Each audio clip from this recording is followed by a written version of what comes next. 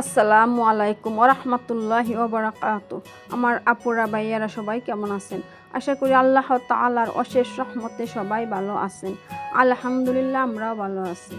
তো আজকে আরও একটি ভিডিও নিয়ে সকাল থেকে হাজির হয়ে গেলাম আপনাদের মাঝে। কালকে যে আমি চাদরগুলো ধুয়ে রেখেছিলাম সেইগুলো এখন বিছানায় বিছিয়ে নেব।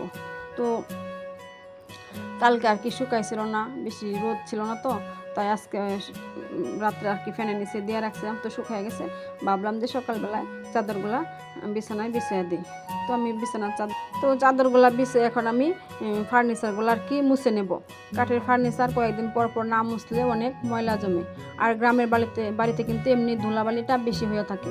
তাই তো কয়েকদিন পর পর দু একদিন পরে পরে মুছতে হয়, না হলে ময়লা হয়ে যায় অনেক। আর আমি একটু পরিষ্কার থাকতে পছন্দ করি, তাই গ্রামের বাড়ি তাতে কি হয়েছে, আমার জিনিসপাতি যদি পরিষ্কার না থাকে তাহলে কিন্তু আমার ভালো লাগে না। আমি একটু পরিষ্কার পরিচ্ছন্ন থাকতে পছন্দ করি, কারণ পরিষ্কার পরিচ্ছন্নতা হচ্ছে ইমানের অঙ্গ, তাই না? তো আমি ফার্নিচারগুলো মুছে এখন আমি ঘরটা ঝাড়ু দিয়ে নেব। তো সবগুলা রুমে আমি এখন ঝাড়ু দিয়ে পরিষ্কার করে নেব। আর তো গতকালকে আমি সবগুলো রুম ঝেড়ে মুছে তারপরে পরিষ্কার করেছি। আজকে শুধু ঝাড়ু দেবো, আজকাল ঘরটা মুছবো না। তো প্রতিদিনে ঘর মোছা হয় না, কারণ দু একদিন পর পরই মুছি। প্রতিদিন তো একা একা সব কাজ করা লাগে, সারতে পারি না, তাই প্রতিদিন ঘর মোছা হয় না। আর বেশি নোংরাও হয় না, আমরা দুজনেই তো থাকি।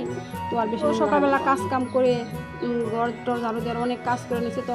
তারপরে আমি একটু রাস্তার দিকে গেছি, দেখি যে এই যে ছোটো ছেলেটা তাল গাছের উপরে উঠছে।